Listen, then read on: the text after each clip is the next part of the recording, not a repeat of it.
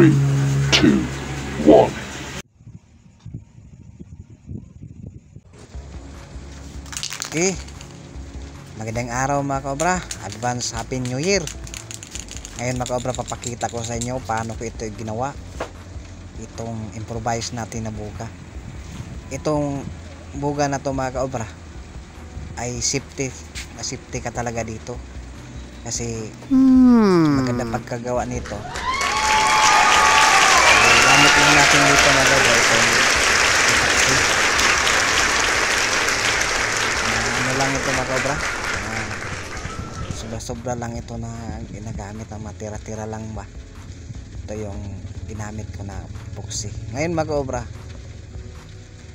hanalo ko yung ating Pioneer epoxy. Yun. Tapos mga kaobra, pag magmo-mold kayo tulad ng ganito, dapat basahin nyo ng tubig para hindi didikit sa inyong kamay. Ito mga kaobra, hawakan ito, itong handle na ito, para komportable tayo maghawak nito mga kaobra. Ay ano mga kaobra, para lang itong hawakan ng 357 na totoong baril.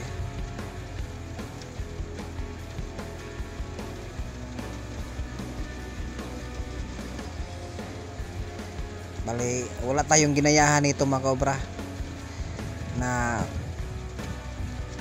pattern, imahinasyon lang ito mga kaobra. Ito mga kaobra, ang materials na ginawa nito ay karton. Yung hawakan, kita nyo yung hawakan ng ating handle ng baril natin mga kaobra. Yung ilalim na yan ay karton lang yung ilalim niyan mga kaobra. Bali, yung epoxy natin ay nakabalot lang, sobrang nipis lang ito mga kaobra, para magaan. Kasi pag puro epoxy yan mga kaobra, magastos, tapos hindi kasya yung ano mga kaobra, yung ano na yan, epoxy na ginamit natin. Kaya naisipan ko mga kaobra, ano lang, karton, nag-mold lang ako, kakating ng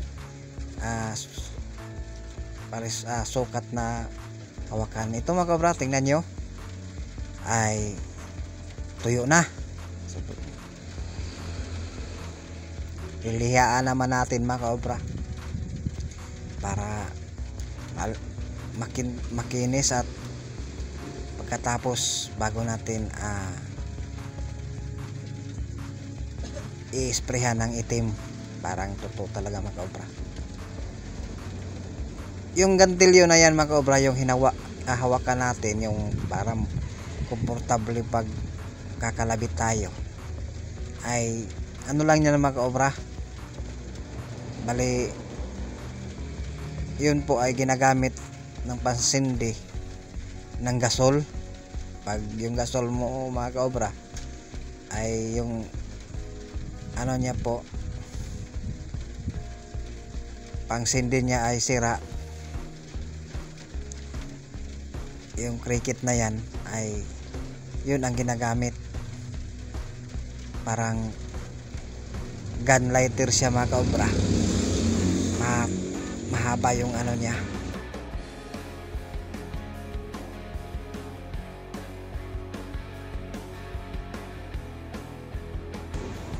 Tapos inayos ko na parang totoong gantilyo talaga mga kaobra. Kasi pag ganito mga kaobra, yung gagamitin natin ay matagal masira, hindi madali masira yung cricket natin, yung nagdadala ng ilaw mga kaobra. Mag-sprinkle mga kaobra. Yun mga kaobra, kikinisan natin. Gamit natin yung liha na 450 ang gaspang niya mga kaobra, bago natin mga kaobra. Tapos punasan natin ng basa at bago natin ito i-sprayhan mga kaobra. Yun mga kaobra, parang totoo mga kaobra. Pag mahawakan mo ito, parang totoong handle ng 357. Komportable ka talaga dito mga kaobra, tapos safety. Yung iba mga kaobra, yung gumagawa nito ay ano lang yung ginawa nila, sunrocks or ano, kahit ano mga kaobra. Yung iba ginagawa nila tulad ng buti ng mga Mountain Dew, yun ginagawa nila mga kaobra. Pero dito mga kaobra, PVC lang ito ginamit ko. Tapos alam nyo yung PVC na yan ay pinasukan ko na naman ng ano mga kaobra, mga lata, para yung lata na yan, yun ang mga kaobra, nakakabigay ng lakas sa ating paputok mga kaobra. Dali lang ito gawin mga kaobra. Kailangan din mga kaobra, pasensyoso ka nito kasi magpapatuyo ka pa. Pero maganda ang kalalabasan nito. Yun mga kaobra, i-sprayhan natin ng itim. Yun, parang ano mga kaobra, parang lagayan ng, may lagayan ng ano tawag nito, lagayan ng magasin. Pero yun mga kaobra, tingnan nyo, yun lang ang forma. Yun, subukan natin kung gaano to kalakas. Pasubukan natin ni manghulang hilaw. Tingnan nyo mga kaobra, subukan niya.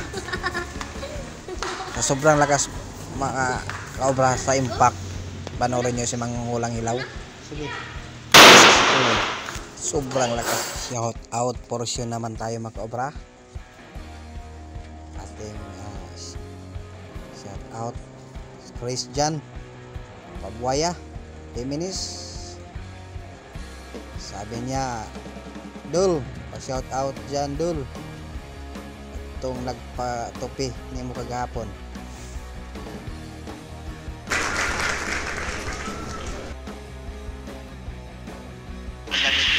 God bless po.